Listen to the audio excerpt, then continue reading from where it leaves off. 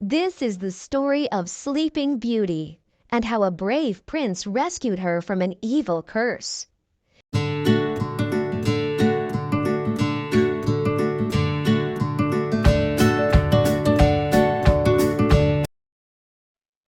Once upon a time, in a faraway land, a king named Stefan lived with his queen.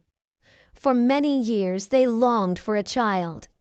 Finally, their wish was granted. A daughter was born, and they named her Aurora. Overjoyed, the king and queen held a grand celebration. They invited guests from far and wide, including their good friend King Hubert and his young son, Prince Phillip. The two kings decided that one day Phillip and Aurora would marry, and their kingdoms would be united.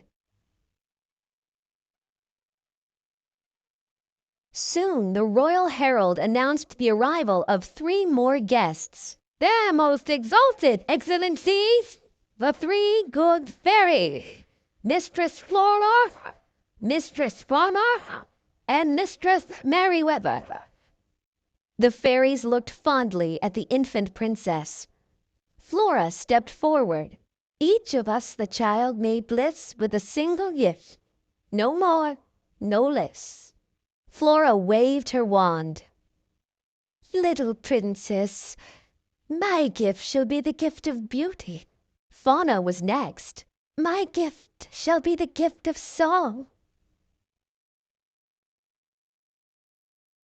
Merryweather was about to grant her gift when suddenly a great gust of wind blew open the castle doors. Thunder clapped, and a tall figure appeared, surrounded by an eerie green glow. It was the evil fairy Maleficent. "I really felt quite distressed at not receiving an invitation, and to show I bear no ill will, I, too, shall bestow a gift on the child." A wicked smile crossed Maleficent's face. "The princess shall indeed grow in grace and beauty, but before the sun sets on her 16th birthday, she shall prick her finger on the spindle of a spinning wheel and die." Laughing cruelly, Maleficent vanished in a flash of light.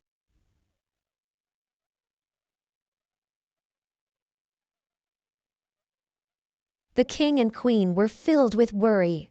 Flora, Fauna, and Merryweather tried to reassure them. "Don't despair, your majesties. Merryweather still has her gift to give." The fairies knew that Maleficent's power was too great for Merryweather to undo the curse. But she could soften it. "Sweet princess, not in death, but just in sleep, the faithful prophecy you'll keep. And from this slumber you shall wake, when true love's kiss the spell shall break." Even though Merryweather had softened the curse, the fairies were certain Maleficent would stop at nothing to fulfill her evil prophecy. How could they keep Aurora safe? There must be some way. Suddenly, Flora had an idea. "Fairies!"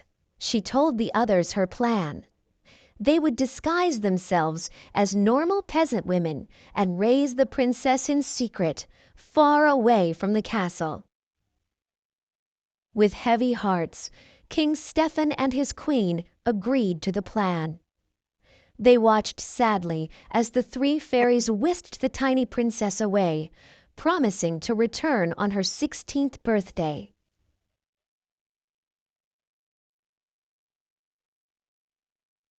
Many years passed. Flora, Fauna, and Merryweather raised Aurora in a cozy cottage deep in the forest. They pretended to be her aunts and never used magic. To keep the princess's identity secret, they called her Briar Rose. The young girl grew in grace and beauty, never knowing she was truly a princess. On the morning of her 16th birthday, Briar Rose caught the fairies whispering in the kitchen. And what are you three dears up to?" The fairies were startled. Merryweather quickly spoke up. "We want you to pick some berries." "That's it, berries!" They didn't want Briar Rose to find out they had a special birthday celebration planned. As soon as Briar Rose left, the fairies sprang into action. "Oh, will she be surprised! A real birthday party!" That night the fairies were going to surprise Briar Rose with a beautiful cake and gown, and tell her she was truly a princess. But the fairies were not very good at cooking or sewing without magic. Finally, they decided to use their wands for the preparations. But high in the sky, Maleficent's wicked raven spotted the bright bursts of magic.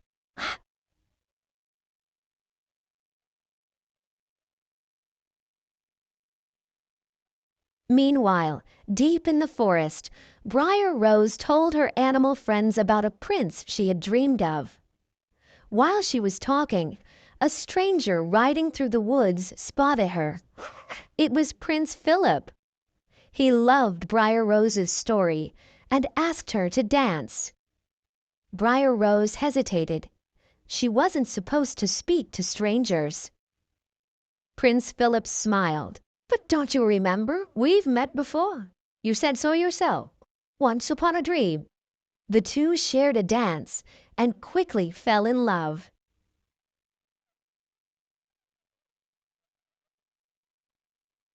Briar Rose hurried home.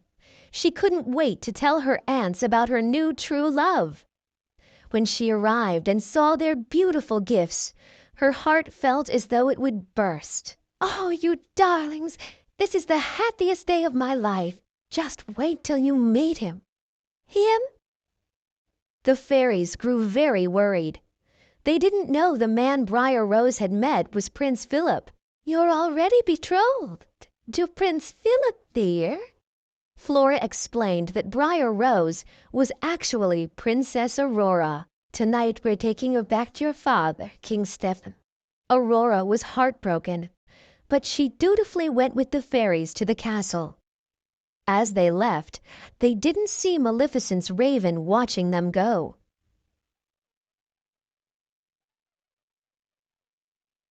The raven flew straight to Maleficent. The sun had not yet set, and there was still time to fulfill the curse. At the castle, the fairies gave Aurora a few moments alone. Suddenly, Maleficent appeared and placed the princess in a powerful trance. The evil fairy led her to a secret room with a spinning wheel. "Touch the spindle. Touch it, I say." Aurora touched it and instantly fell into a deep sleep. Maleficent cackled as Flora, Fauna, and Merryweather found Aurora collapsed on the floor. Then Maleficent vanished.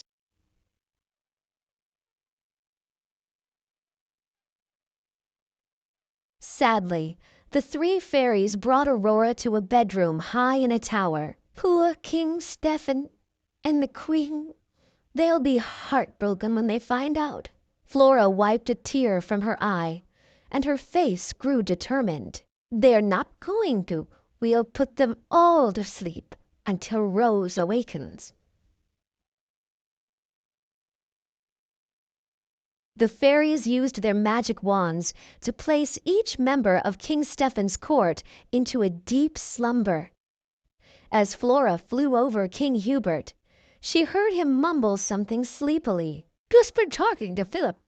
Seems he's fallen in love with some peasant girl." Flora gasped. "Peasant girl? Rose? Prince Phillip?" She realized that the man Aurora had met in the forest, her one true love, was actually Prince Phillip. He was the only one who could break the curse. Flora cried out to the other fairies, "Come on, we've got to get back to the cottage."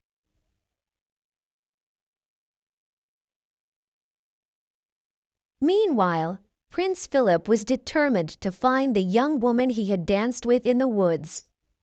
He rode up to the cottage door, but the moment he stepped inside, Maleficent's evil henchman ambushed him. The evil fairy couldn't risk Philip's breaking her spell on the sleeping princess. Maleficent locked Prince Philip away in her castle dungeon. But just when all seemed lost, the three good fairies arrived. Quickly, they undid the prince's chains. Flora waved her wand. "The road to true love may be barred by still many more dangers. So arm thyself with this enchanted shield of virtue and this mighty sword of truth." Maleficent was furious when she saw the prince had escaped. Before he can reach the castle, she transformed into a fearsome dragon and blocked his path. "Now shall you deal with me, O prince!"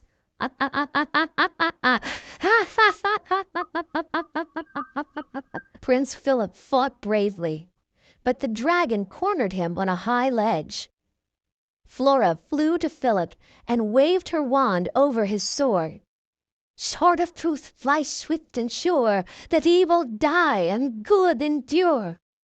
With all his strength, Philip hurled the sword at the dragon.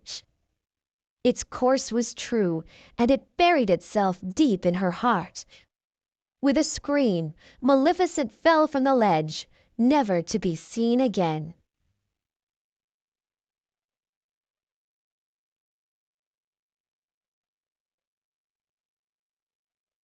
Flora, Fauna, and Merryweather quickly led Philip to Aurora's tower.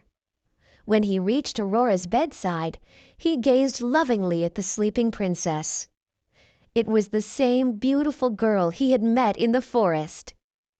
Gently, he laid a soft kiss upon her lips. Aurora's eyes fluttered open, and she smiled. Together, the prince and princess walked down the steps to the great hall. Now that Aurora was awake, the rest of the kingdom began to stir from their slumber as well. King Stephen and the queen were overjoyed to see their daughter. "It's Aurora! She's here!" Aurora hugged her parents. Then she and Philip began to dance. The three fairies watched happily. "Oh, I just love happy endings,"